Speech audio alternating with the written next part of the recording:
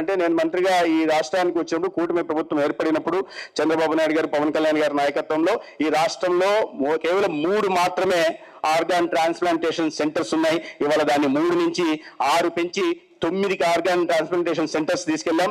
భవిష్యత్తులో ఇంకొన్ని 12 సెంటర్స్ ని కూడా ఏర్పాటు చేసే దిశగా కూడా ప్రయత్నం చేస్తున్నాం. అయితే చాలా వరకు ఈ ఆర్గాన్ డొనేషన్ ట్రాన్స్ప్లాంటేషన్స్ ఏవైతే జరుగుతున్నాయో ప్రైవేట్ హెల్త్ ఫెసిలిటీస్ లోనే ఎక్కువ జరుగుతున్నాయి. 90 to 95% దాంట్లో జరుగుతున్నాయి. కానీ నాకు సంతోషం అనిపించింది ఏంటంటే ఈ కిడ్నీ, లివరు మిగతావి కాస్త ప్రైవేట్ హెల్త్ ఫెసిలిటీస్ లో జరుగుతుంటే హార్ట్ ట్రాన్స్ప్లాంటేషన్స్ మాత్రం గవర్నమెంట్ హెల్త్ ఫెసిలిటీస్ జరుగుతున్నాయి. గత 3 సంవత్సరాల్లో కేవలం మన రాష్ట్రంలో 3 హార్ట్ ట్రాన్స్ప్లాంటేషన్ ప్రైవేట్ సెక్టర్ లో జరిగితే 17 హార్ట్ ట్రాన్స్ప్లాంటేషన్స్ గవర్నమెంట్ హాస్పిటల్లో జరిగాయి. కాబట్టి అటువంటి నైపుణ్యం కలిగిన డాక్టర్లు మన దగ్గర ఉన్నారు.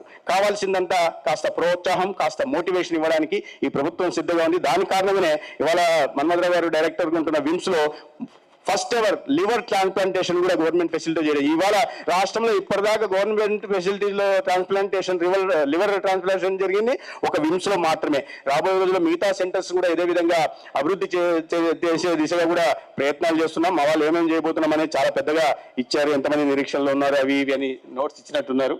What is